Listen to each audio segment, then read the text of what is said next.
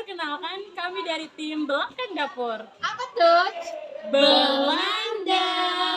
Jadi kami di sini akan menceritakan Sejarah masuknya Belanda ke Indonesia.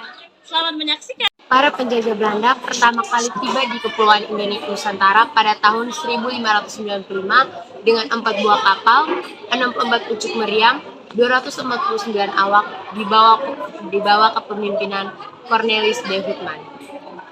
4 kapal Belanda yang dipimpin oleh Cornelis de Houtman tiba di perairan Banten pada 27 Juni 1596.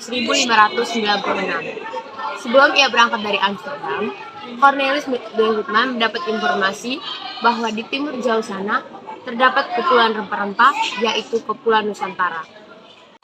Pada hari itulah, orang-orang Belanda mulai menemukan Banten yang sejatinya merupakan salah satu daerah kecil dari kepulauan rempah-rempah paling menggiurkan di dunia. Dan juga, praktik kolonialisme Belanda segera dimulai, yang dipimpin oleh Cornelis de Houtman sebagai pembuka jalannya. Dari Banten, rombongan ini melanjutkan pelabuhan ke arah timur dengan menyusuri pantai utara Jawa Tengah. Nah teman-teman, perlu kita ketahui bahwa Cornelis de Houtman itu menjadi orang yang paling berpengaruh. Selain karena telah berhasil mendapatkan informasi dari Portugal, termasuk pernah ditangkap dan dipenjara oleh otoritas setempat, Cornelis de Houtman juga menyumbang dana sebesar 300 gulden untuk persiapan pelayaran itu sebagaimana yang dikatakan oleh PT pada buku yang berjudul Batavia. Cornelis de Houtman dikenal sebagai kapten kapal yang bertabiat buruk. Awal kedatangannya ke Nusantara diterima baik oleh orang-orang dengan tangan terbuka. Nah, karena ulahnya sendiri, ia telah mengubah relasi itu menjadi peperangan dan perseteruan. Meskipun begitu, rombongan Cornelis de Houtman berhasil kembali ke Belanda pada tahun 1597 dengan membawa serta banyak peti yang berisi rempah-rempah. Nah, kemudian pelayaran-pelayaran Belanda di Nusantara dianggap sukses. Keberhasilan rombongan de Houtman mendorong pelayaran-pelayaran lain dari Belanda menuju wilayah Nusantara. Pelayaran-pelayaran yang dilakukan setelah kembalinya rombongan de Houtman dikenal dengan masa Wildvaart atau pelayaran yang tidak beraturan. Nah, pada tahun 1598 ada sebanyak 22 kapal yang bertolak dari Belanda untuk mengikuti rombongan Cornelis de Houtman. Kapal-kapal tersebut bukan merupakan kapal milik kerajaan, namun kapal-kapal tersebut merupakan kapal milik perusahaan swasta Belanda.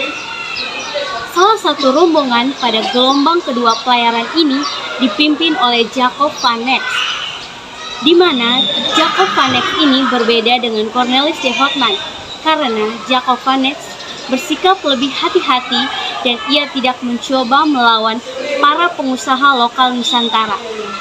Pada tahun 1599, rombongan van Ness berhasil mencapai Maluku, yang dimana Maluku pada saat itu merupakan daerah penghasil rempah-rempah dengan jumlah terbanyak.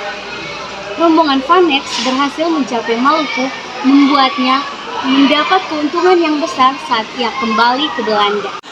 Nah guys, jadi rangkaian pelayaran di atas, maka muncullah sebuah kegiatan memonopoli perdagangan di Indonesia.